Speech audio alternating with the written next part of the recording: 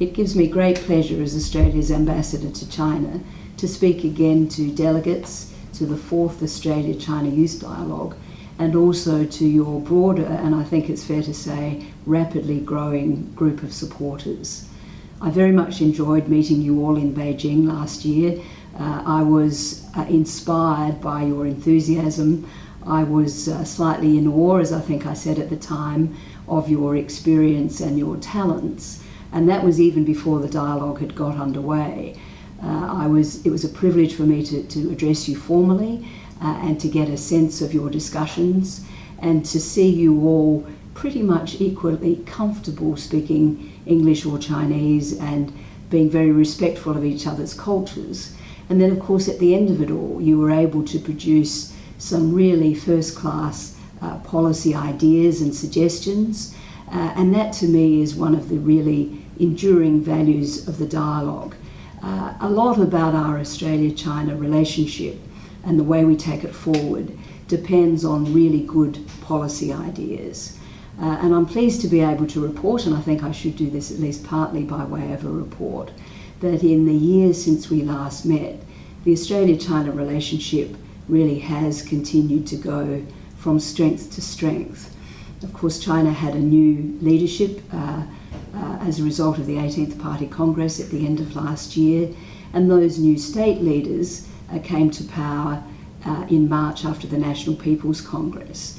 And of course, the then Australian Prime Minister, Julia Gillard, visited China very shortly afterwards and held really very good discussions with President Xi Jinping and Premier Li Keqiang.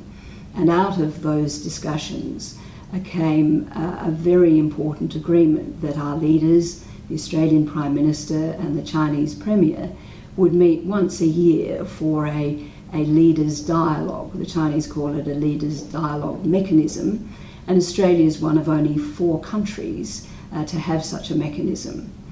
We're pleased about this because this will enable us to work together to develop and exploit opportunities which both governments and our broader communities see in the relationship, and also provide an opportunity for us to have discussions about areas where we may not always see eye to eye. And it's very important that we're able to do that as strategic partners, and it's important that we're able to draw up to that highest level some of the thinking that comes through a number of the other dialogues that we have.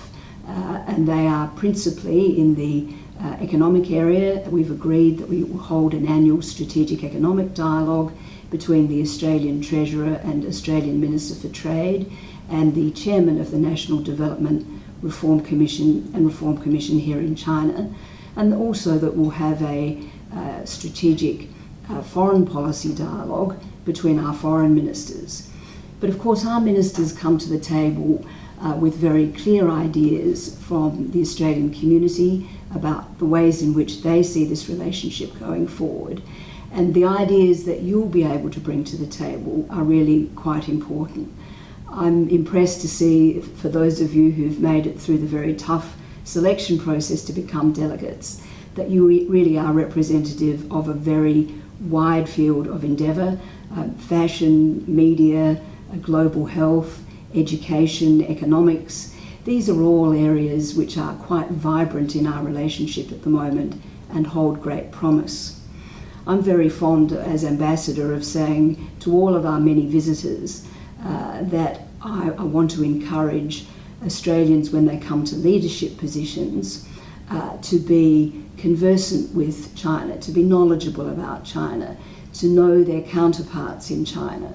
And of course that requires a lot of forethought. In your case, though, as delegates to the Australia-China Youth Dialogue, you're starting about as young as it is possible to start. Many of you speak both languages, you are creative thinkers in your fields, and you've got every chance of being able to further develop your skills and experience. And as you take on leadership positions, whether it's as young thought leaders or whether you become business entrepreneurs, as I know a number of you are already, or whether some of you are perhaps in future elected to Parliament, possibly become ministers or premiers or leaders in the very wide variety of fields that are so much to the fore in our relationship to China. You will be well prepared. You come highly networked. You have been selected, and in many respects you're representative of a broader cohort of young Australians. And I think you've all got a great deal to offer. Perhaps I could just speak very briefly about what I think the next 12 months holds for our relationship.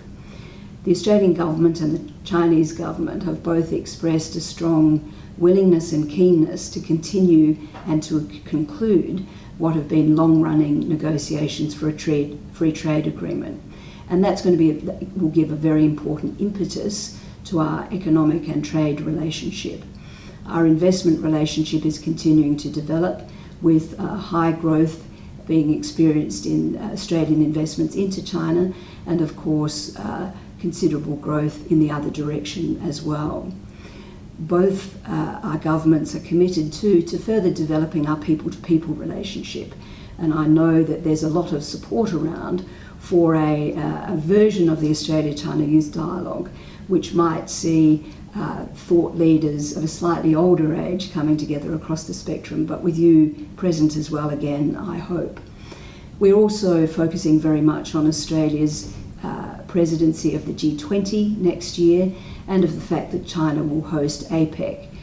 In our economic diplomacy, this gives us great opportunities to work together to continue to promote growth and jobs in our region and more broadly, to continue to resist the forces of protectionism, and to continue to create economic opportunities. And that's something that's really of great importance to both governments. As you start your deliberations, though, I'm confident in saying that the relationship between Australia and China is in good shape, that Australia is held in high regard across China, and I see that very clearly as I travel from province to province, speaking to governors and party secretaries and business leaders. Of course, there's much more to be done. We need creativity, energy, and ideas, and I know they are three things that you all bring to the table. 最后，我用中文说几句话。我想向是中澳青年对话的代表，我祝贺你们，我鼓励你们继续对澳中关系做非常好的贡献。对来自中国的代表，我很想说，很想祝你们一路平安，万事如意。